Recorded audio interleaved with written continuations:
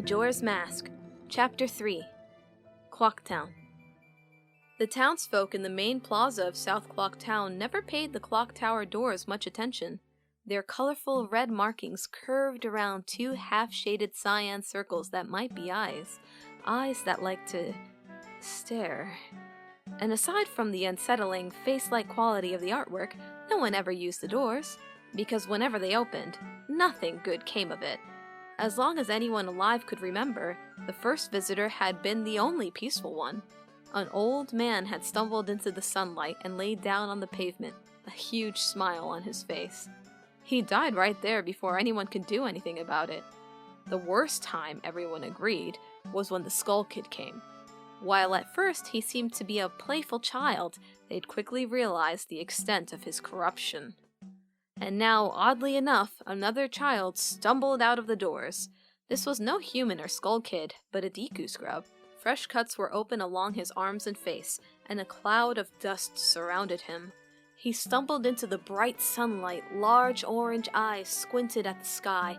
A glowing orb with a pair of white wings fluttered out beside him. A fairy. A group of construction workers in the center of the plaza looked up from their work. A flying adult Deku scrub glanced over the massive burlap sacks in his arms. A lanky man in a white jogging suit, mailbag slung over his shoulder, turned his head. A small child, bearing a peculiar fox mask framed by purple hair, looked up as he ran from a nearby alleyway. All their eyes found the young Deku scrub, and he only stood there, eyes half closed. The clock tower doors creaked shut behind them. "Where are we?" asked Link, completely dazed. "What?" asked Tattle. Before he repeated himself, he remembered he couldn't speak. He squeaked out the sentence without realizing it. This new place, the sounds, the people, the buildings, all had distracted him. Link shook his head rather than persisting, as his pupils finally adjusted. "Yeah, you're still a useless Deku scrub, don't forget. That can open doors," Link thought, rolling his eyes. The massive clock tower overshadowed everything in the plaza, standing hundreds of feet tall. It was made completely of black stone, aside from the doors and an enormous wooden wheel near the top. The wheel's outside rim was tick-marked with 12 numbers. It carefully turned at a constant tempo, likely moved by the water within the tower. There was a white triangle at the top of the unmoving face, its tip announcing the current time to all. It was beautifully decorated. "I bet you can read the time from anywhere in town," Link thought. A house-sized ball of stone sat at the very top, rotating with the wheel. A light shot out of it that likely wasn't as faint in the dark. Link bet it doubled as a lighthouse. Is there a body of water nearby? A ramp went around either side of the tower, going up only a few feet before leveling out to other sections of town. A second ramp branched off to circle back to the tower, leading to a platform just above the clock tower doors. A second set of doors was inaccessible on this upper platform, likely granting access to the lighthouse. In the clock tower's shadow was a marketplace, surrounded by equally impressive city walls. Though the tower was still much higher, the walls were no laughing matter either. They were fit for a fortress, and completely obscured the outside world. Stalls were open along the walls, surrounding a small wooden tower under construction in the center of the square. Carpenters hammered away at the wooden boards and planks, logs carried to and fro by the uniformed men. The leader shook his fists in the air angrily as he called out orders, hardly giving a second glance to the Deku scrub. Other than the jogging man, the carpenters, the purple-haired boy, and a shopkeeper at one of the stalls, the square was empty. The bustling crowd he'd expect in a place like this wasn't there. A large gate sat across from the clock tower on the city wall opposite them. A guard stood in front of it, clad in armor and wielding a spear. The gate appeared to go outside beyond the village's borders. Link stood there for quite some time, absorbing everything in the walled square wondrously. "Ah, he gives me the creeps," the fairy eventually exclaimed. Apparently, instead of being dumbstruck by this secret flourishing town, all Tattle could think about was the odd man with the backpack of masks. That mask salesman was the... Link waited for her to continue, but she didn't. Sorry. Just thinking out loud. But 3 days? Even if we never sleep, that still leaves us with a measly 72 hours. Talk about demanding. I guess our first stop should be the Great Fairy. The Great Fairy? Link thought, scrunching his face.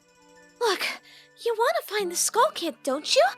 The Great Fairy will know what he's up to. She watches over everything, and just between you and me, the Skull Kid is no match for her. We should go over to the shrine at the North Gate. That's usually where she is. Link nodded, incapable of contributing to the conversation otherwise. Well, come on, Tiku boy. This way. The fairy twinkled away from him, going up a ramp alongside the clock tower. Link turned to follow, but not before he noticed the boy with the fox mask again. The child couldn't be more suspicious, looking over his shoulder to make sure no one was watching as he bent over a nearby postbox. He slipped a letter inside of the wooden slot. Then the boy sprinted down an alleyway and out of sight. Hey! Over here! Link turned back to Tattle, who seemed irritated with his childlike curiosity.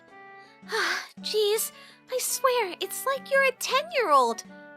Link took offense, but he couldn't say anything. 12, technically, even though I don't feel that young. Hylians tended to age faster than other races to begin with. Even then, he'd spent a good year traveling back and forth through time between the ages of 10 and 17, which had thrown off any sense of a true age. Now that he was trapped in an infant Deku Scrub's body, he'd gone even further back in age. I bet I look ridiculous, Link thought. His long green hat came close to dragging along the ground. No one could take a child this young seriously. Behind the clock tower, they reached an open doorway in the city wall. They passed through it, transferring from the wooden ramp of South Clock Town to the dirt road of the northern section. The grass was lush and green, and another large gate with a guard led outside of the city's northern border. Children were running through the grass under the bright blue sky. It was a large field with the dirt road forking off to either the gate or another doorway in the city wall.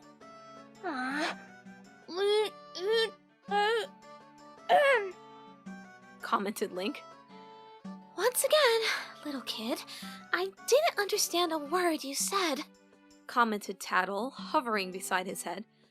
But if it was something about all of these walls, I completely agree. The great walled city left his mind immediately when Link noticed something else in the sky. While the sun still blazed brilliantly, another orb hovered over the town, as dull and dark as the sun was bright. It was a massive hunk of rock that reminded Link of the moon, except it wasn't nearly as far away as the moon should be. While it was well up into the sky, it was obviously in the sky and not in the heavens. It appeared 10 times larger than Clock Town in its entirety. The worst part, the part that made Link's legs almost give out in fear, was its eyes. The moon had a face. Its long mouth gritted its teeth as if angry or in deep concentration. It had a substantial nose as well, with a pair of mansion-sized eyes above them, and they were the eyes of the imp's mask. The large orange orbs penetrated through him, reading his every thought and rendering him defenseless. The face was frozen and immobile, as if carved into the rock, but he knew it was something far more sinister than that. The moon was thousands of feet above the town, its eyes staring and watching everything. Link let out a squeak of dismay, and Tattle heard it, following his gaze until she saw herself. That's not supposed to be there, said Tattle worriedly. Okay, quick, we need to go see the Great Fairy right away. The moon thing has the Skull Kid written all over it. Link took a minute to break his stare from the giant rock gazing directly at him. They ran through the field, stepping onto the grass and passing the kids playing tag. The children couldn't help but stop and look at the Deku Scrub and Fairy. Ha! Cool! Look! It's those things from the woods! What are they doing here? The Scrub's just a little kid. What's that little ball beside him? It's flying! That can't be a fairy, can it? The Great Fairy looks so different. Let's go stop them! The 4 other kids nodded in agreement, running to cut off the Deku Scrub's path. Tattle continued onward for a moment before she noticed. The children had very intentionally boxed him in. The kids were rather small, each wearing a similar blue or red outfit. However, Link was currently the smallest adolescent of them all. The one in the red hat and red sleeve shirt stepped up, looking down at the Deku Scrub. "You're new around here, aren't you?" Link's only response was to stare back with angry eyes. He didn't dare speak, knowing that his voice would be way higher pitched than these 5-year-olds. "I'm just asking you a question. You don't have to be mean." Link charged at the kid, wailing his newfound squeaky battle cry.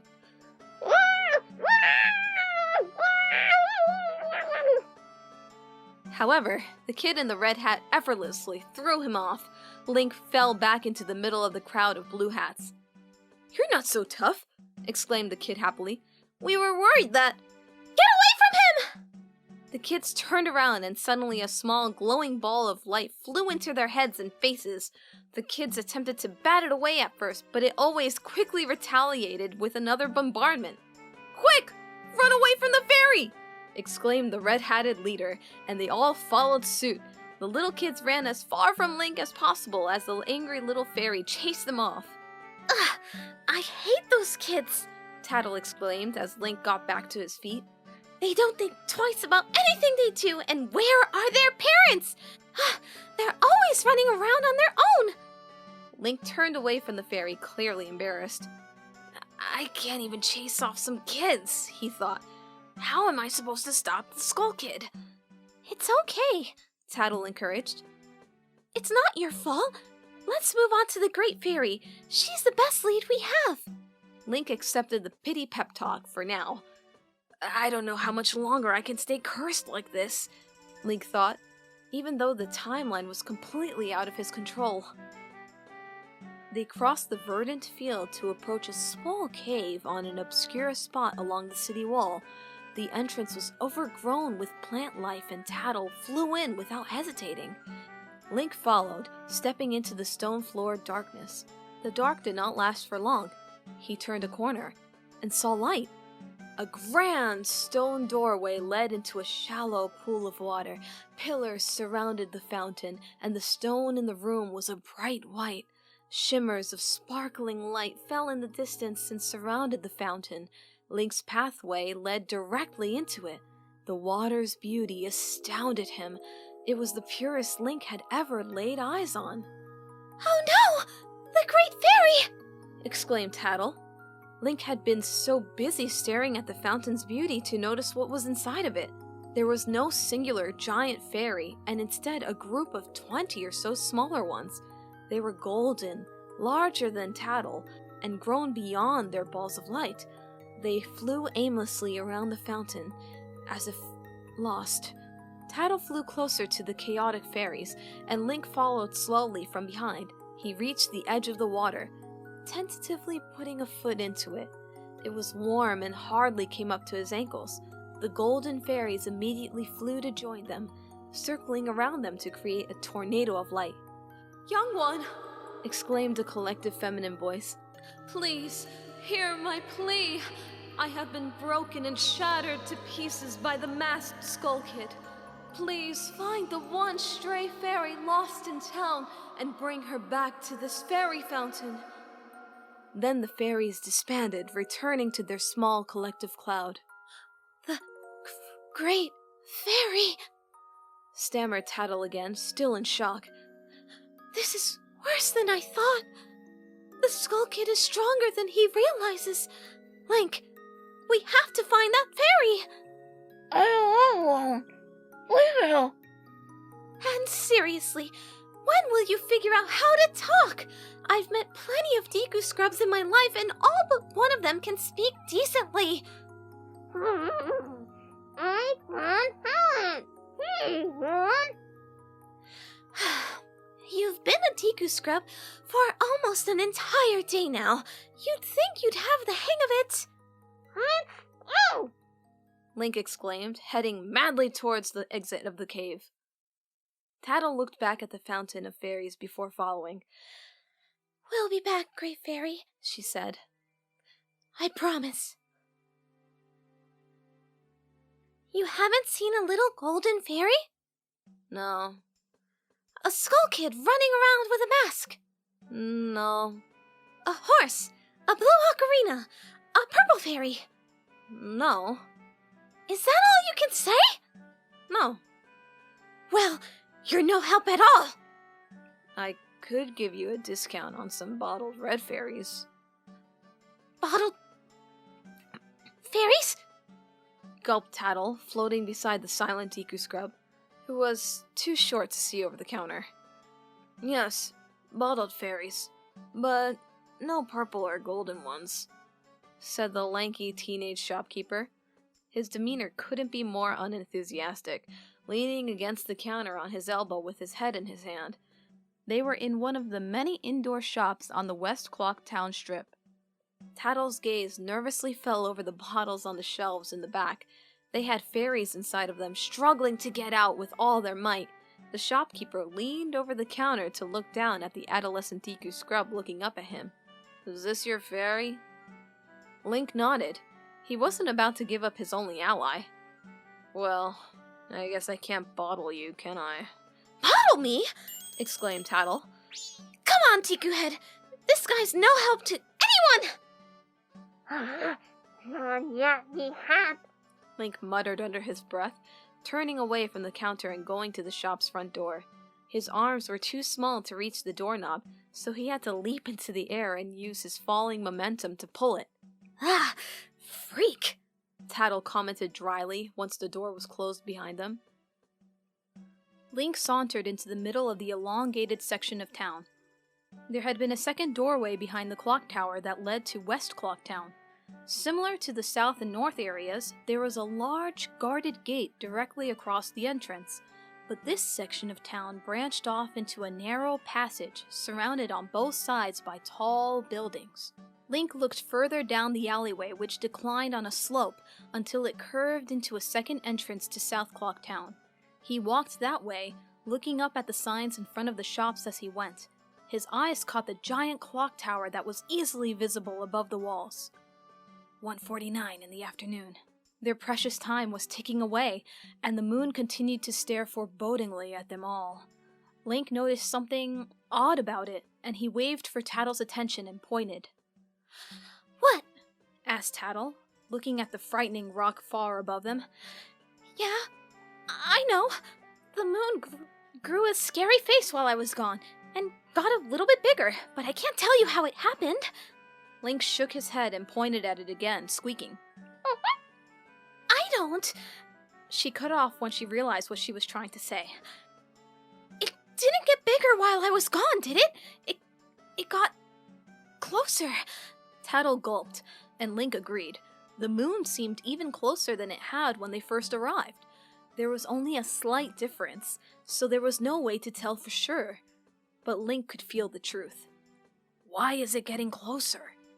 The fairy and Tiku scrub stared at it for a moment longer, each overtaken by fear, until the fairy snapped out of it.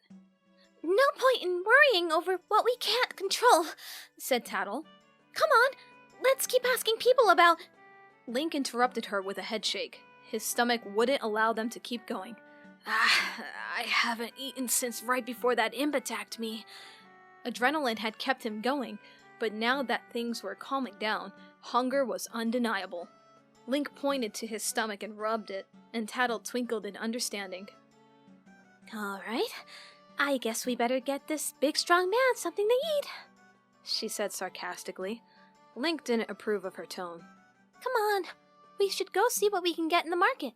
It might be a good idea to stop by the hotel first, though, since we're going to be here for a while. You'll need a place to sleep. They followed the West Clock Town path until it curved back into South Clock Town. They were now directly in front of the clock tower again, which stood off to their left. Across from the construction site was a staircase that led up to what Link supposed was the next section of Clocktown. They traveled that way, making sure to remain clear of the central structure and the many workers buzzing around its foundations.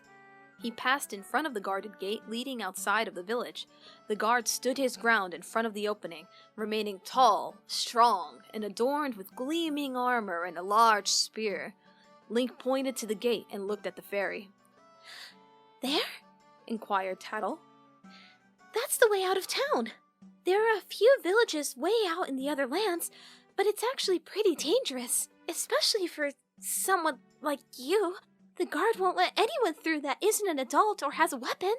I want to get in. Exclaimed Link in anger while gesturing with his arms. No, you don't. Skull Kid took that away from you, remember? Link stopped walking and looked up at her confused. Did she just... What? She asked. Wait a minute. Did I understand what you said? I did! I figured it out! She bounced up and down excitedly. This is amazing! You said your first coherent sentence! I'm getting used to this. Link commented, looking proud of himself. And there you go, ruining it. We're back to gibberish. Link shook his head and was about to speak again, but someone other than Tattle spoke. What are you doing? Link and Tattle turned around in shock. The man who'd spoken was tall and muscular, wearing a blue coat open to his bare, hardened chest. He had a white, bushy mustache, and looked like he could throw a Goron over those town walls with one hand. Link, obviously powerless to such a monster, stared frightfully up at him and made a small whimpering noise. Get out of here! You're getting in my workers' way! We've got a carnival to prepare for! Either walk through or stay clear, but don't stand around like you're brain dead! His voice was harsh and commanding, and Link didn't even bother to consider responding. He quickly turned away and walked to the staircase. Stupid animal, said the man under his breath, though just loud enough for Link to hear. Shame overpowered Link as he climbed up the staircase into the Eastern District. He hung his head low as he walked. Tattle surprisingly seemed to notice. That guy's just a jerk, she said. Don't listen to him. None of this is your fault. I'm the one who... Tattle stammered for a second, quickly rewording her thought. The Skull Kid did this to you, and we can't fight him on empty stomachs, can we? Wow, Link thought. Somehow the fact that Tattle had been 2 words away from actually admitting to a mistake, or even worse, apologizing, cheered him up. It should be pretty easy to find food here in East Clocktown. Buildings covered every square inch of the town walls here. Link stepped out from behind the first one, which was shaped like a treasure chest. The square had a handful of people walking around, stopping by the many food and gift stalls. Large wooden poles stood in the middle, decorative banners and flags strung in between them as if in a celebration of something. There was another large, guarded gate that broke the chain of stores and buildings off to the right, but directly across from it was the bar and the hotel. This appeared to be the main market. South Clocktown served as a smaller one, remaining a main entrance to the town and the showcase for the clock tower. North Clocktown held the grassy park district, and West Clocktown was a strip mall scattered with housing. East Clocktown must be its commercial hub, Link thought. He assumed he'd now seen all of the town, and he thought this section would probably attract the most visitors. The two wandered into the middle of the square. Link was slightly overwhelmed by all the buildings. The Stockpot Inn is over there! Come on! Exclaimed Tattle. It was 2 stories, with the deck on the second story that held a big decorative bell.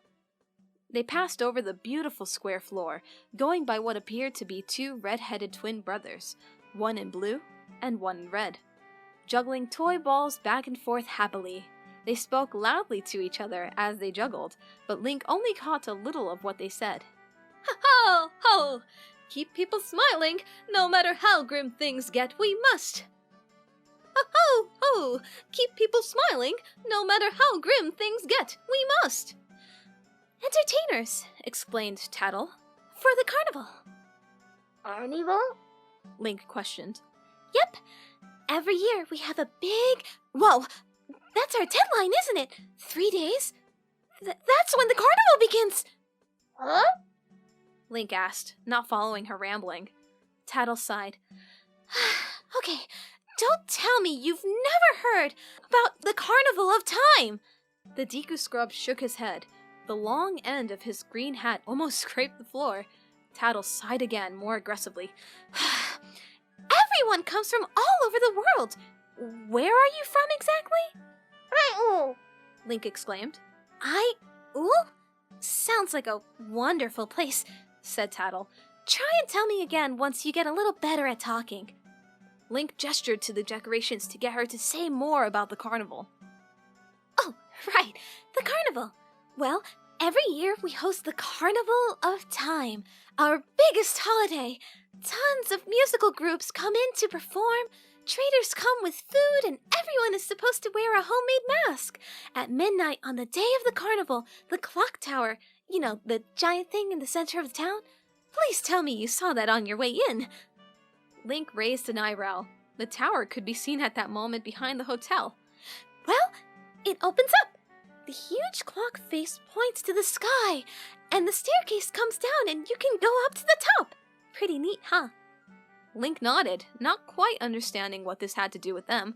Tattle saw his confusion and explained. That's our deadline.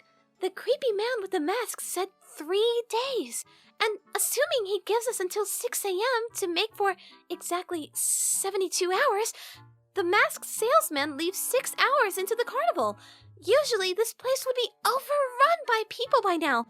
You'd have trouble not bumping into anyone no matter what section of town you were in. Just as Tattle said that, a young, lanky man practically trampled Link. He had a large red hat covering blonde hair and a white t-shirt above running shorts. An empty red bag hung over his shoulder. He managed to catch his balance ungracefully, twirling around until his back slammed into the hotel's front door, now covering the sign that read Stockpot Inn, 8 a.m. to 8 p.m. The man in the red hat stood there for a moment, panting and staring at the fairy and scrub. Well, exclaimed Tattle after a moment's silence. Are you going to say something? He stammered, looking back and forth quickly. Sorry, I have a letter to deliver. It's the first in a while. Well, we're not stopping you. Go deliver it! Yelled Tattle angrily. The man in the red hat, who Link realized was a postman, stood there for a moment longer. Then he disappeared into the hotel. Geez, some people are just complete idiots! She scoffed, turning back to Link. Anyways, before we were rudely interrupted, I was saying that the town is unusually empty, and it's kind of scaring me. Take the postman, for example. He said it was the first letter in a while, right? Well, that's not normal either. I'm telling you, this place is supposed to be the most chaotic this time of year.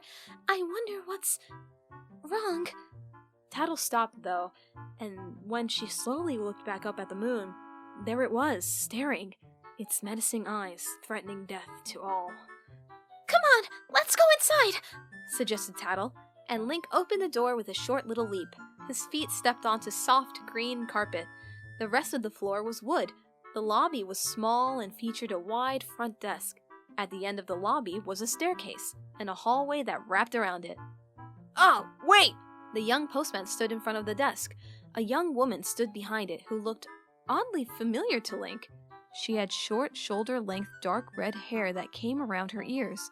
She was slightly older than the postman, wearing a long blue dress that reached her ankles. I have no idea why she looks familiar, Link thought.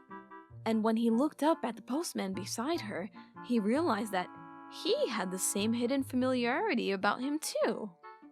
The postman was holding out a letter, offering it to her. She seemed either frightened or appalled by it. Oh, this letter. Where did you... From the postbox, replied the postman bluntly. His eyes squinted confusingly. He looked back and forth between the letter and the lady, not understanding. That's not what I meant, she exclaimed. From the postbox where? The young man stammered nervously. From the postbox somewhere? That's not what I mean, she exclaimed again. Listen, I need to know where you got that letter from. I can't tell you. Why not? Because? And then the postman dropped the letter on her desk. He turned, walked around the Deku Scrub and Fairy, and then went out the front door, leaving the lady to stare at the letter. Link and Tattle stood there awkwardly for a moment, not sure what to do. The woman ignored them by picking up the letter and pulling back the envelope seal, slipping the folded piece of paper out delicately. She tried to unfold it with both hands while still holding onto the envelope, but she was shaking too much. The envelope fell from her fingers and swung back and forth on an invisible pendulum to the floor. Her hands moved further down the page as she read on, and then she looked up from it. She took one hand off to cover her mouth in shock. The innkeeper set it down on the table and closed her eyes, taking in a deep breath. She seemed to only just then notice Link and Tattle. I'm sorry, she apologized, her voice slightly wary. She recomposed herself and tried to smile again. I'm sorry, she said again. It seems I've lost my place. Welcome to the Stockpot Inn. Can I have your name? Ink, answered the Deku Scrub. Mr. Ink, repeated the woman behind the counter, as she scooted the letter across the desk and turned to a notebook. She seemed barely able to contain her reaction to the letter.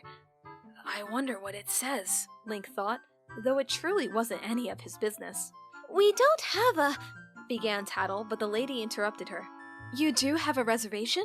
That's good. I just found it here. The woman opened a drawer in her desk, rummaged through the many keys within, and eventually brought one out and offered it to him. Mr. Ink, I have you down for an afternoon arrival. Your room is in our knife chamber on the second floor. Here is your key.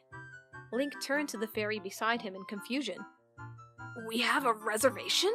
He wondered, but Tattle was just as confused and offered no guidance, so Link merely shrugged and hopped up to grab the key.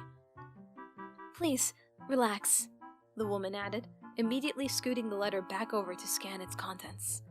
Link and Tattle left the lobby, wandering toward the staircase with their new key. A reservation? asked Tattle. You were expecting to be stranded here, trapped in a new body, completely defenseless, and without a place to stay? Link shook his head. Nope, he thought. I have no idea what just happened. That's really weird. Who would make a reservation for us? She looked away from Link thoughtfully. Is that your name? Ink? Link shook his head again. So you took someone else's reservation? Link didn't nod immediately, but instead turned to the staircase, making his way up slowly with his tiny legs. That's just rude! She shouted at him, floating to his side as they made their way up. oh, these are my rules. Link whispered angrily. Oh, yeah. He's or I oohs. I totally agree, she mocked. Link did not press the matter. That's way too lucky, he thought. What are the chances the mispronounced version of my name happened to be a name that already had a reservation? The staircase led out onto a long hallway running the whole length of the building. Directly across from the staircase was a door that read employees only, so Link and Tattle continued past it until they reached the second door on the right, the knife chamber. Sounds pleasant, commented Tattle. Link unlocked the door. 2 beds, 2 bedstands, and a dresser were all pushed up against the left wall. They also had a table, an unlit fireplace, and windows on the opposite wall. Light poured in from the waning day. The room was extremely green thanks to the floor, wallpaper, and plants, though it was brown too in the patches of bare wall where the wallpaper had been ripped and torn. At least the furniture's decent, he thought. Tattle was quick to enter the room and examine the plentiful holes in the walls. What a ramshackle inn, commented Tattle. Is this room first class? You can hear whoever's next door for crying out loud. The Deku Scrub ignored her, walking over to sit atop one of the 2 beds' soft, neatly fixed cover. Well, whatever, Tattle said. We're staying for free, so we can't expect much. Food? Link asked, looking up at Tattle hopefully. Food. Right. Tattle flew to hover right beside him. How many rupees do you have? I'll eat it all. This is starting to get really aggravating. How are we supposed to work together if we can't even communicate? Link responded by turning both of his palms up and showing his empty hands. Tattle took a minute to understand. You don't have any money. Seriously? Oh, Ed. Yeah, Skull Kid, I know. But we can't get you any food unless we can pay for it. I mean, why'd you say yes to going to check into the hotel if you knew you didn't have any money? It's not like you expected to accidentally say someone else's name and take their reservation. Link had no response. Tattle sighed and turned away from him. You're hopeless! The first day's almost over. We have no food. We haven't seen any sign of the Skull Kid, your horse, the ocarina, or my brother, and we have no idea where the stray fairy is. Oi! Link exclaimed excitedly to Tattle. Ooh-ee! What are you, 5 now? I'm starting to think you're just saying nonsense to confuse me on purpose. You can stop it now, Link. But Tattle swore that some unpronounced syllable was hidden within the word. Wait, are you saying... Oopie, Rupee! Tattle turned around and saw the Deku scrub peering into one of the dresser drawers. She flew over to look inside and saw a small, pinky-sized gem. It was a perfectly symmetrical hexagon and might have been a shinier silver long ago. You've got to be kidding me! A silver rupee? That's 200, right? Link nodded, happily scooping it out of the drawer and putting it in his purse. Of course, when he let it go, the rupee hit the floor instead. He looked down at where his purse would have been before picking the gem up. Human clothes are so much more convenient, he thought. Don't complain, Tattle said, reading his mind. You lucked out with a free room and leftover money. That's enough food for you while we're here. Come on, we can go out and finally get you something to eat, and after that, we still have plenty of daylight to find the stray fairy. Maybe things are going okay, Link thought. He hoped he wasn't prematurely celebrating their luck.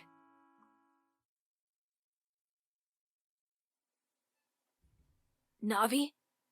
The fairy didn't answer. She hovered in the light shining from the window at the top of the sanctuary. The sun's rays bounced off the spotless blade of the Master Sword, now lodged in its pedestal. Its work was done, and now it would rest until the next time a hero required its aid. Link stood in front of it, finally letting go of its handle. It was over. He was done traveling through time, but he didn't know what happened next. The Temple of Time's massive sanctuary was heavenly and ethereal. The many open windows on every side of the octangular room directed light to the raised platform in the center, to the sword. Otherwise, only sound echoed through the vast chamber. Navi, Link repeated. He stood sadly, worried that something was about to end forever. Are you leaving? She seemed as if she was. The white ball of light was several of feet away from Link, and she hardly ever strayed that far. Directly in the sun, she contemplated something. Link, she began. Yes? The Deku Tree wanted me to help his child.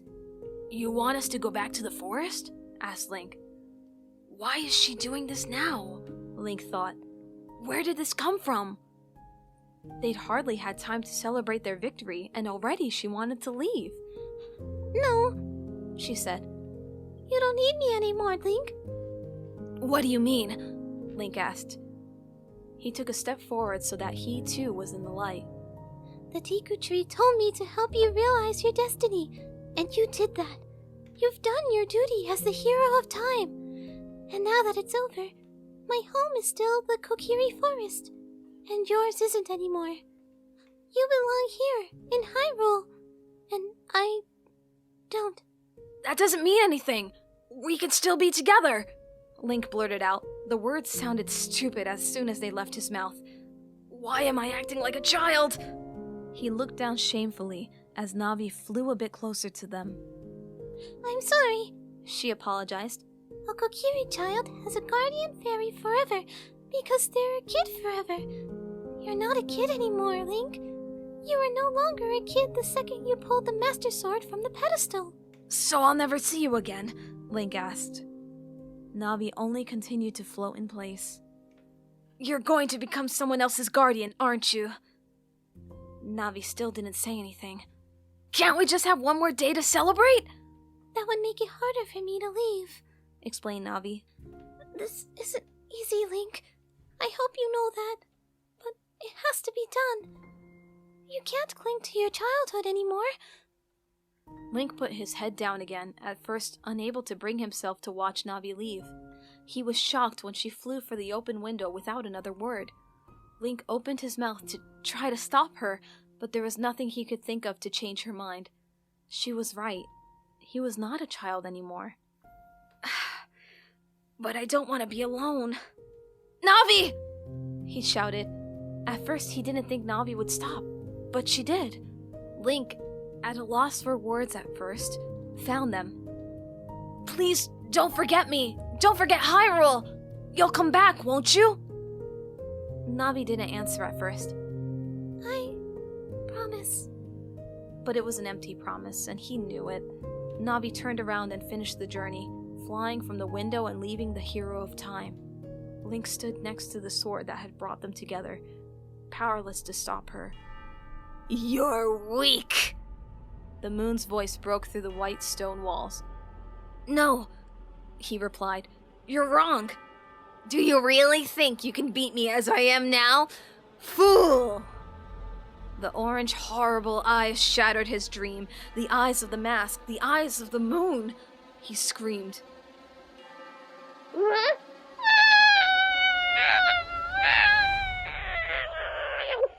Link woke up still screaming. His human voice turned to a high-pitched Deku Scrub wail. He lay on his bed in the knife chamber, with a nighttime sky pouring in through the windows. Tattle instantly became alert, her dim, half-asleep light immediately returning with full force. She leapt from her pillow and opened her wings. Oh, Id. Link exclaimed, trying to explain himself. He looked around and quickly realized it had just been a dream. Really? Tattle exclaimed angrily. She flew right in front of the Deku Scrub's face. Are you serious right now? Link tried to provide an explanation, but all that came out was gibberish. No, I was trying to... Tattle interrupted him quickly. No! Stop it now! Link did, pausing as he allowed the fairy to speak. It was really hard for me to fall asleep. You know why? Because I was thinking about you and how useless you are to what I'm trying to do. Link blinked stupidly, taken back and confused. The Skull Kid has my brother, Tattle continued, and I've been following you around, hoping that you could help me find him. But you know what? You can't talk, you can't fight, you can't leave the city because you're a child. You have to eat every day and waste our money, and you have to take up several hours a day sleeping. I know that's not fair because only fairies don't have to eat or sleep every day, but I've been clinging to you this entire time, and I'm not sure why, but I just realized that I don't have to. I know it's my fault that you're the way you are right now, but I can't fix that, and there's no way you're getting that mask back for the mask salesman. The Great Fairy is the only one that can help us right now, and we spent all day looking for her stray fairy yesterday with no luck. Her fairy might not even be in Clocktown anymore. I was actually waiting for you to wake up so I could tell you that I'm leaving Clocktown. No! Link exclaimed, jumping off the bed and looking at her. I can, Tattle replied. I'll be back, but right now I have higher priorities than keeping you company. I know it's not your fault that you're useless, but like I said, I can't help it. I'll be back as soon as we can get the Great Fairy's help. She flew over to the door, but stopped before she went any further. I'm sorry I yelled all of that at you, but that's how I feel. I thought about it yesterday, and it just seems like the best way to get things done. You have over 100 rupees left and a room for the entire week. You'll be fine, right? Link scrambled for a reply, but he eventually gave up and nodded. She's right, Link thought. Thanks, Tattle said, and then she flew underneath the door's crack and out of sight. Link stood by himself in the hotel room for a moment, wishing he'd wake up in his bed again. What did I just do? The Deku scrub ran over to the door, jumped as high as he could to open it, and then scurried down the staircase on his small legs. When he rounded the corner and was in the lobby again, Tattle was just disappearing under the front door. Link crossed the lobby and opened that door too, now outside in the night of East Clock Town. Wait! He exclaimed, as loudly as he could, and as articulately as he ever had.